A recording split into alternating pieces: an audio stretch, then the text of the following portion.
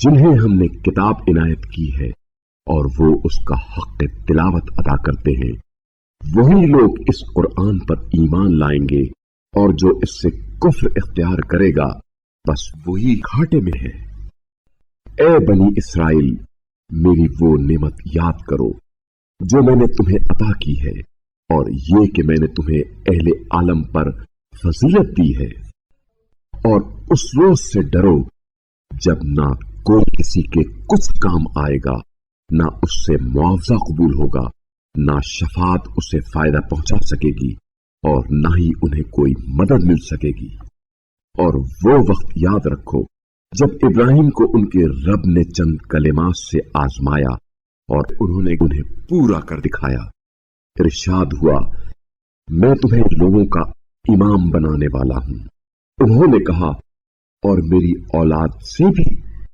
ارشاد ہوا، میرا عہد ظالموں کو نہیں پہنچے گا۔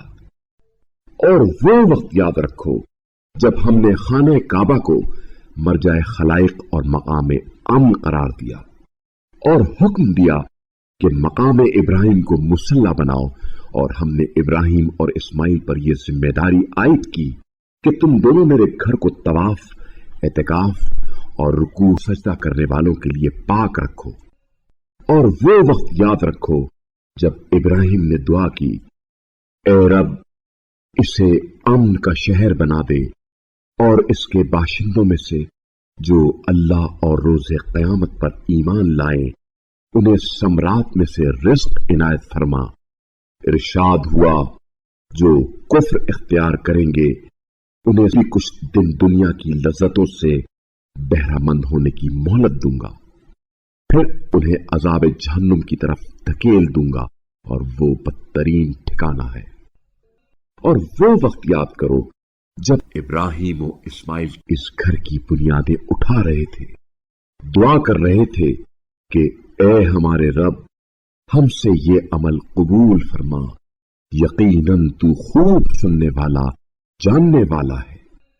اے ہمارے رب، ہم دونوں کو اپنا مطیع و فرما بردار بنا، اور ہماری ذریت سے اپنی ایک فرما بردار امت پیدا کر، اور ہمیں ہماری عبادت کی حقیقت سے آگاہ فرما، اور ہماری توبہ قبول فرما، یقیناً تو بڑا توبہ قبول کرنے والا، رحم کرنے والا ہے۔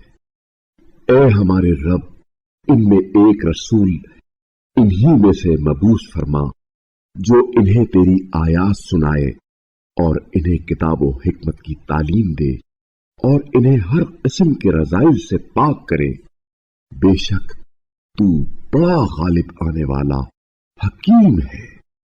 اور ملت ابراہیم سے اب کون انحراف کرے گا سوائے اس شخص کے جس نے اپنے آپ کو حماقت میں مبتلا کیا۔ ابراہیم کو تو ہم نے دنیا میں برگزیدہ بنایا، اور آخرت میں ان کا شمار صالحین میں ہوگا۔